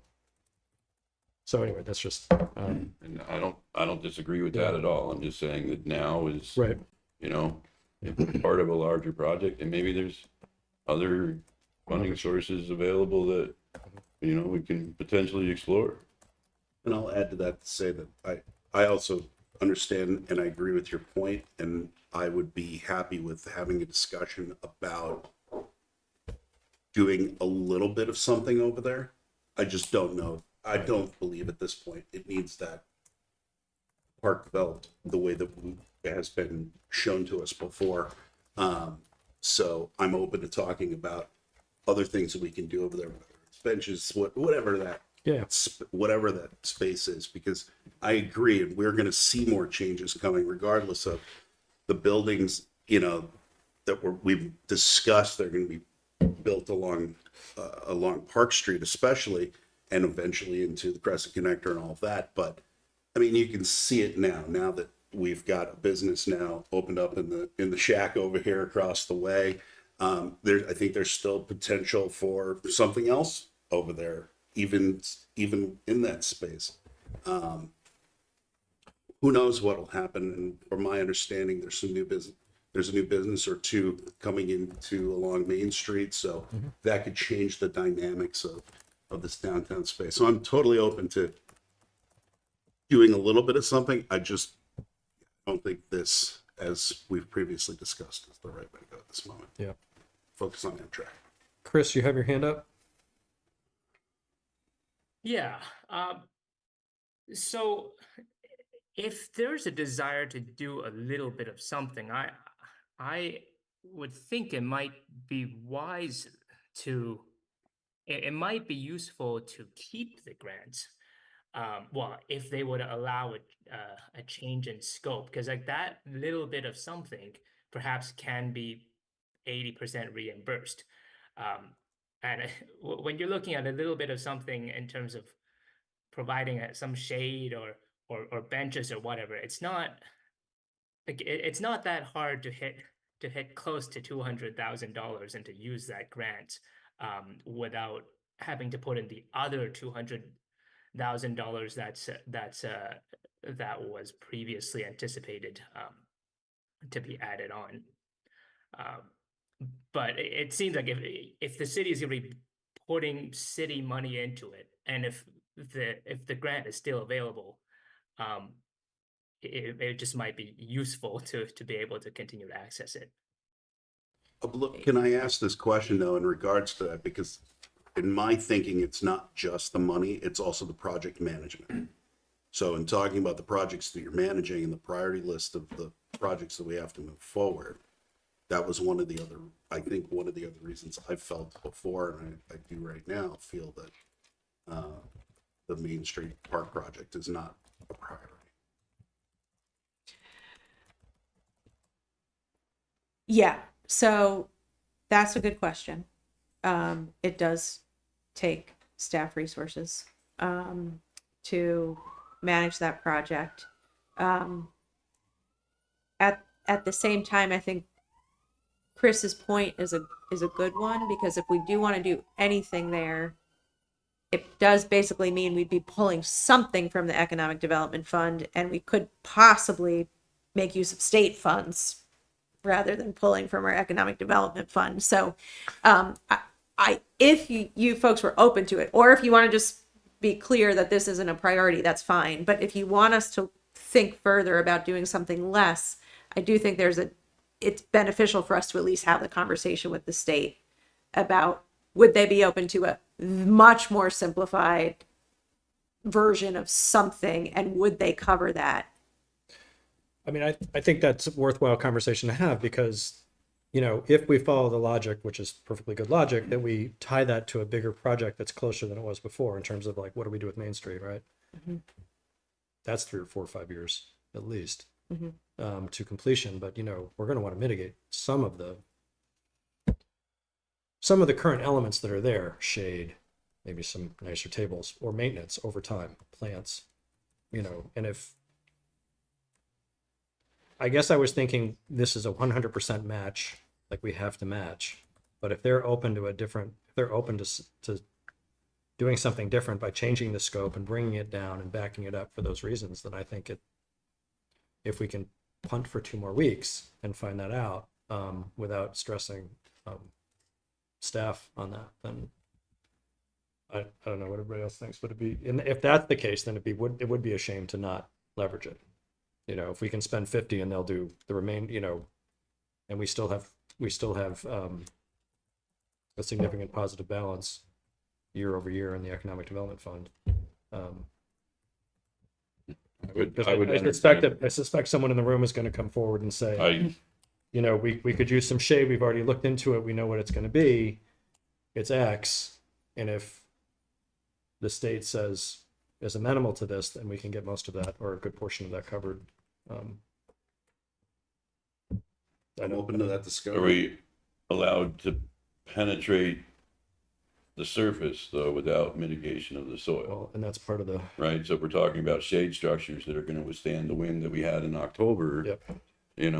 That's not going to be something with Oh, no. 50-pound sandbags on it on top of pavement. So right, what does that look like? brings us back to the cap. Right. And does that work happen twice? So, Are we doing it now, does that preclude us from when we do the real one with the whole big project, does that, oh, sorry, you did it already. Is You it have to find sealed? other- If you have it's to find sealed, other once funds. it's sealed. Because of the way that was going to work, where it was going to be like a very shallow orange, Mm-hmm. some kind of rubber sealing material underneath the soil. So if you dug down more than, anyway, that was for the whole thing. Mhm. But I don't know it's a lot of questions, I guess, still, like, Yeah. which is a little frustrating. I'll admit. Amber, does Yeah. that change anything for you?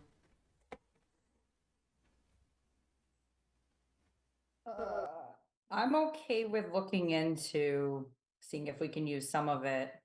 Again, to everybody's point about not taxing, if the mere act of asking the question and stuff doesn't tax staff time, and we've got the time. I don't remember when we have to make the decision about using it or not using it. But I also don't want to do something twice too. So. Point we're not up against a firm deadline.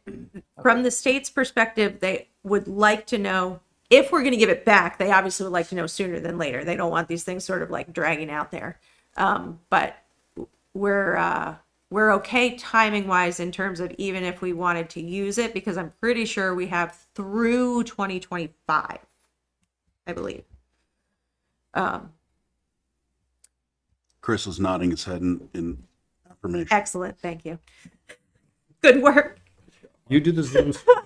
Do the others. Stay away from your Like space teamwork. bar. Stay away from my space. Okay. So I just want to bring this back to make sure we're clear on what we're talking about. So we started the end of this conversation by saying we're just going to nix it and give it back. And then now we're thinking, let's go back and see if there's a reduction in scope possibility that will help mitigate a very reduced intervention in that space and help mitigate our expenses on that. And what does that look like? Yeah. Both in terms of the grant, but also in terms of the cap. Yes. Okay. Yep. I hate to do that, but it would be a shame to regret it later. Yeah. But feel free to push back and say if Right. staff doesn't have the time. Yeah. Yeah. Because you're asking us for a decision now, and we're obviously saying we have more questions.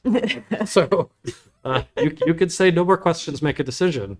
Gosh darn it. And I think investigating these 2 other questions is worth it. So, yeah. I think the things that don't change are if we keep it, it may minimize our chances of getting Amtrak next year. So that's Yeah. for real.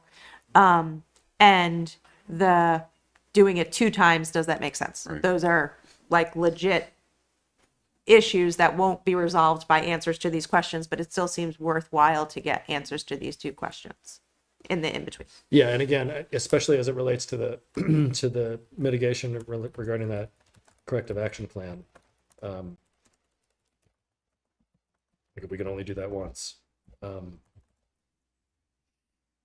it makes sense to do it when we do a bigger project, if the timing's okay, I suppose. All right, Amber, you coming back to Zoom? Are you okay with that? Okay, great. Is there anyone? So are we okay as a group on We're this? good. All right. Is there anyone on Zoom that has any questions or comments on this topic that they'd like to share with the board? Give that a minute. Not seeing any hands up. Is there anyone in the room that has any questions? Sorry. He said, why not? Why not? Okay. Please just introduce yourselves as you they're coming up as a pair. Sorry. Can I add something Yes. too? So Raj, you were saying something about trying to just improve our public spaces and all of that. I do want to acknowledge that it has looked as good as it has over there because of the Right. volunteer time from Nick and Bridget, Yeah. Absolutely. which is 100%. like, Very Really good big deal. knowledge. It hasn't gone unnoticed. Yeah. See you out there tending And it's working. planting and caring for. And I think we get pushback on this park, but I think it's working. People are out there because it's small improvements have been made, not small in effort, but Yeah. compared to the overall plan. And I think I overall worry is that's going to go away. Yeah. We've got some momentum. So we're Bridget and Nick Meyer, and this is date night. Oh, good. That's too bad.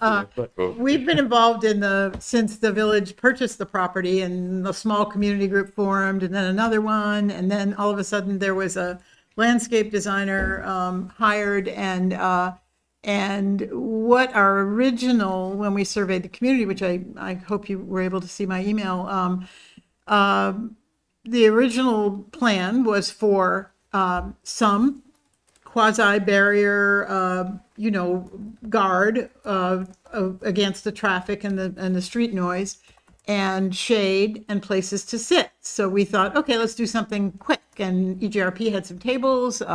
Public Works moved some of those cement. I don't really know what they are. Drain. I don't know what they are. But they moved those over there and placed them nicely. There are 17 of them. And the original plan, George Tyler asked me to investigate shade sales. So I did. And that was 2 years ago. I think it was 2 years ago. And the cost was, I mean, not minimal, but it's certainly less than the $600,000+ park plan. I love David's plan. None of this should say, be any aspersions on David. He did an amazing job. It's not affordable for us.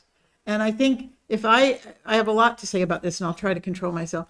I think in the future, if you do something like this, it is really good to explain to the person who's doing it that there are parameters. Because a landscape designer, an architect, anyone like that is going to go for they love their work. They're going to design to the, nth degree. And in this particular case, given the restrictions and some future restrictions that we don't know about, that is probably not what we might have been looking for. So parameters would have been great. I love his plan. I think it's absolutely phenomenal, but we can't afford it. And it's important for designers. I'm just saying that for the future. Designers need to know that. So, and he would have been really amenable to that. This is an exciting project for him, and he could have done any number of things, but he didn't know. So I think, in relation to, and I agree with all of you that Amtrak is the priority, no question at all. But I think in relation to aesthetics and a welcoming corner in our city, that we could do some enhancement there that wasn't the big plan, and might include something like shade sails, which are pretty dramatic. And I can send you some more photos. I think I did way back when, but yeah, it's pretty amazing. And just as a focal point, Oh, yeah. Coming down Pearl Street and you see. You see coming it. to the There it five is. corners Wow. more You than know. just bright colors perhaps, and they really don't require that many penetrations. There are some that work from a single pole. So I think we could avoid disturbing much of the project. And if there's not an issue in that particular location, there may not be any remediation that needs to be done. But I think it would add an element to that area, dress it up, and maybe purchasing better planters. I was on the committee because of serving the tree committee, and there are a lot of issues for growing trees there that to do it sustainably, going to be very expensive to do. And it is such a small space, and there could be a 6-story building towering above it. I feel we can do something smaller that would be still a meeting space, outdoor meeting space, because we have so few of them in the downtown area. All of these buildings are essentially built out at 100% of their land mass, and they're not incorporating much into it. So I think we have it. It's a precious space. We paid for it. We should do something to improve it. And if it's not this year or years to come. And I to answer some of Tim's, I don't think there were questions, but Firebird has a 10-year lease. Right. I think they're in year six. Yep. Yeah. Yep. And Handy owns the property Right. surrounding, behind, Right, everything. including And its uses, the municipal Handy law, could yeah. build right, if you've gone over there, you see the line. Yeah. You can build right up to that The- line. Yeah, I don't know, I was just speaking, No, I know. the old garage itself would require a lot of site cleanup in order to. A study was done that we paid for, and I remember seeing it back in the day, but I don't know now, but it was pretty exciting that very little remediation had to be done. That's what we thought. We can't go down here. We Right. have to figure out how to stay above the surface. But if I'm remembering correctly, and we can all find that study, they said, no, it's not that bad at all. So putting poles in the ground, the negative side of shade sails, they're professionally installed, they're sturdy, that's all good, is they do have to be taken down in the winter. So it'd be like a 7-month up, the rest of the year down. But I still think it's worth pursuing, making that place more aesthetically pleasing, and doing what we can to do what the community asked us to do, which was to provide the seating, the barrier, and the shade. These are things we could do now I don't think it would cost a ton of money. I mean, and I think that would be the smart thing to do. So I like where you're going. I like that you're going to re-examine this a little bit. And I like what Chris said. It'd be a shame to give it up. If we can do something over there that's within that, all of these boundaries that we've set. And I do agree that we do not know what's going to happen to that space. And it would be a shame to not have it cohesive there. That if Main Street's going to be closed, then how then does the park fit into that? Well, it's not just that park, because if that all happens according to plan, then that park doesn't just extend towards Main Street, it extends into the intersection. Correct. So it's really a 270 degree or more Right. push out Yep. towards this building. And Right. So, it is So depending on incrementally, how it's designed. right, but incrementally, we can make some changes, right? Incrementally, we can make that corner more attractive, just by doing even what happened last year was and good. based on what's happened so far, what's been done already has already had a profound impact. Yeah, so I don't see why we give up this money without looking a little bit more into what we can do. Although, and again, I totally agree that Amtrak is the priority, but I think aesthetically and the way that we want people to come into the city, that is a pretty important small spot. Anything else? No, and there are so many projects going on in the city, and I really understand how we're going to manage this if we're going to do another project there. But if it's a small step project, I don't think it would take that much management to oversee, putting in, if we decide to do shade sails and get different planters, that would not require a lot. Yeah. Thank you. Yeah, appreciate it. Thanks. Sure. Sorry to make you wait so long. Yeah, sorry, I didn't. Yeah, We're sure. continuing, we're going. We're going. All right. Enjoy the rest of your date night. Hopefully you didn't have a reservation. Tim, I forgot to say congratulations. I appreciate it, Welcome to Bridget. the learning curve. Yes, very much so. Yeah. Good night. I'm just glad it's not the school board. Yeah. Yep, I relate. Do you have, Chris and Regina, do you have what you need from us in this sense? Yeah, I think so. Okay. Okay. Yeah, me too. Okay, great. Okay. All right. The only other item for tonight is an executive session, so I will, oh no, that's not true. Minutes, Oh, yes. from April 18th. Amber, you had, On the executive session, was there not two of them, but we've omitted one?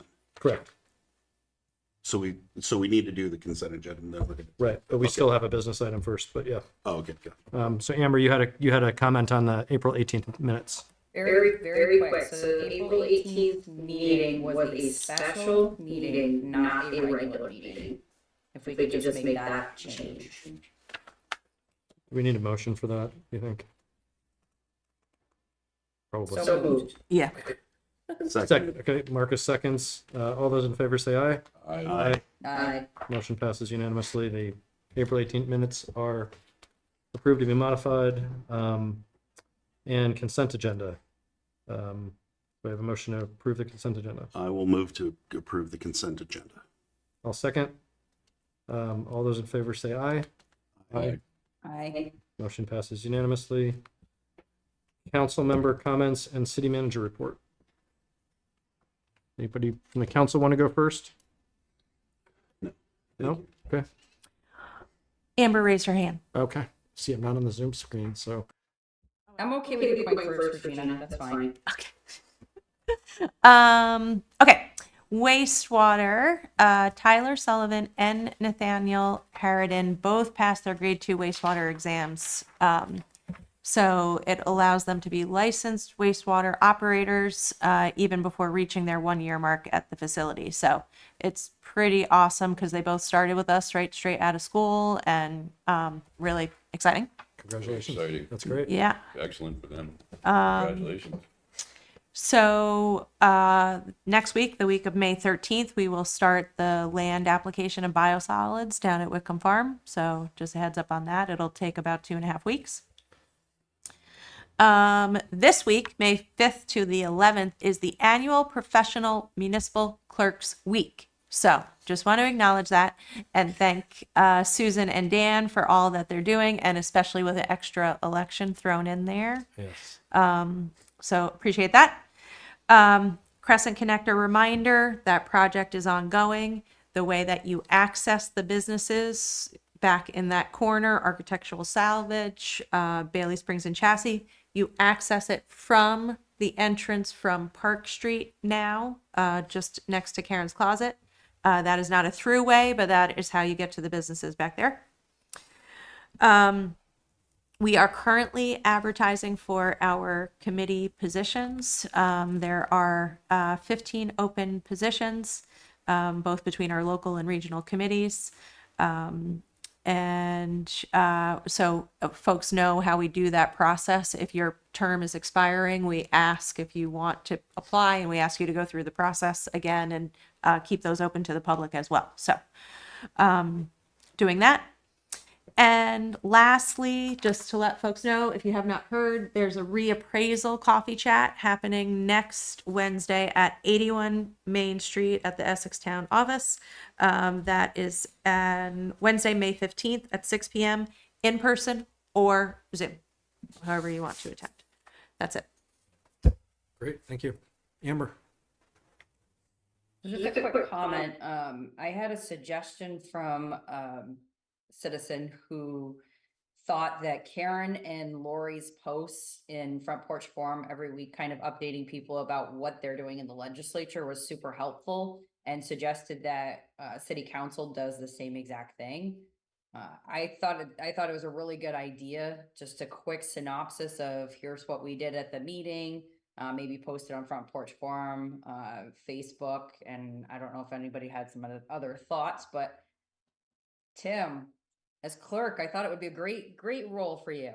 Oh, boy, oh, boy, oh, boy. I heard Marcus didn't do anything last year, so. Whoa. Well, we upped the Whoa. job description. Yeah, no, that's fine. Grenades on day one. Yep. That's a great idea. Sorry. That's okay. No, I think it's a good idea and I something we've can, actually talked about. I can type it up and send it over for, make sure it's vetted appropriately and published. I'm happy to do that. It's fine. I would like to make sure that we are on Instagram and WhatsApp. WhatsApp. And don't forget your MySpace page. No X. I think it's Insta. It's just the gram now. I don't know. This is the portion of the meeting where the council shows its age. Yes. Yeah. If the Thanks, Tim. I appreciate that. if Sure. the millennial Whatever I could can do help to us help. out, that'd be great. From a procedure point of view, Regina, should he type those up, send them over for review, just to make sure? Yes, I think. Yeah, Maybe I would absolutely send them. Yeah, To which way would you like me, to you or you, Ashley, or? I think they should go to 3 people: Raj, myself, Ashley, Okay. and I imagine Ashley will be the quickest person to be able to. What are you trying to say? I'm responsive. Mostly. respond, and we'll go from there and see how it works. Okay. Thank you for being willing to do I'm that. really sorry you didn't have that idea a year earlier, Amber. I think it came up. All right. Moving along. Anyone else? Just for the record, it wasn't my idea, Tim. It was actually a resident in the city who suggested that. Happy to oblige the residents of our fair city. But I think it's a great idea, and I Absolutely. hope that it helps us connect more with residents, and as part of that engagement, that we're continuing to try to get out there for folks. No, and I mean, if we have a bigger topic coming up too, it might be worth talking about, not tonight. Yeah. But as they come up, is there a way to introduce it prior? Like we know, for instance, well, like if we knew we were going to talk about a topic in 2 meetings from now, do we work on a couple paragraphs to let folks know this is the how, when, why of I will say what's that- coming, and so that it's not just a Friday they find out before, and then the thinking behind why it ended up on the agenda is involved, and how people participate and where they get the information. The one front porch forum for the entire area Is very helpful. Is very helpful. Yeah. So, yeah. So I think there's more for the rest of us to participate in over time as well. Yeah. We can share some of that. We can definitely improve how we do that. I don't have anything else unless you guys do. I just want to add congratulations. Welcome to the council. Yeah. Tim Appreciate Miller. Great first meeting, except for the last 5 minutes. So Pretty good start. looking forward to the year ahead. Yes, there you go. It'll be good. All right, executive session language for discussion of a contract. I have it in front of me. Awesome. I will move that the city council make the specific finding that premature disclosure of the contractual matters would place the city at a substantial disadvantage. So I move that the city council enter into executive session to discuss a contract pursuant to 1 VSA 313A1A to include the city council and city manager. I'll second. All those in favor say aye.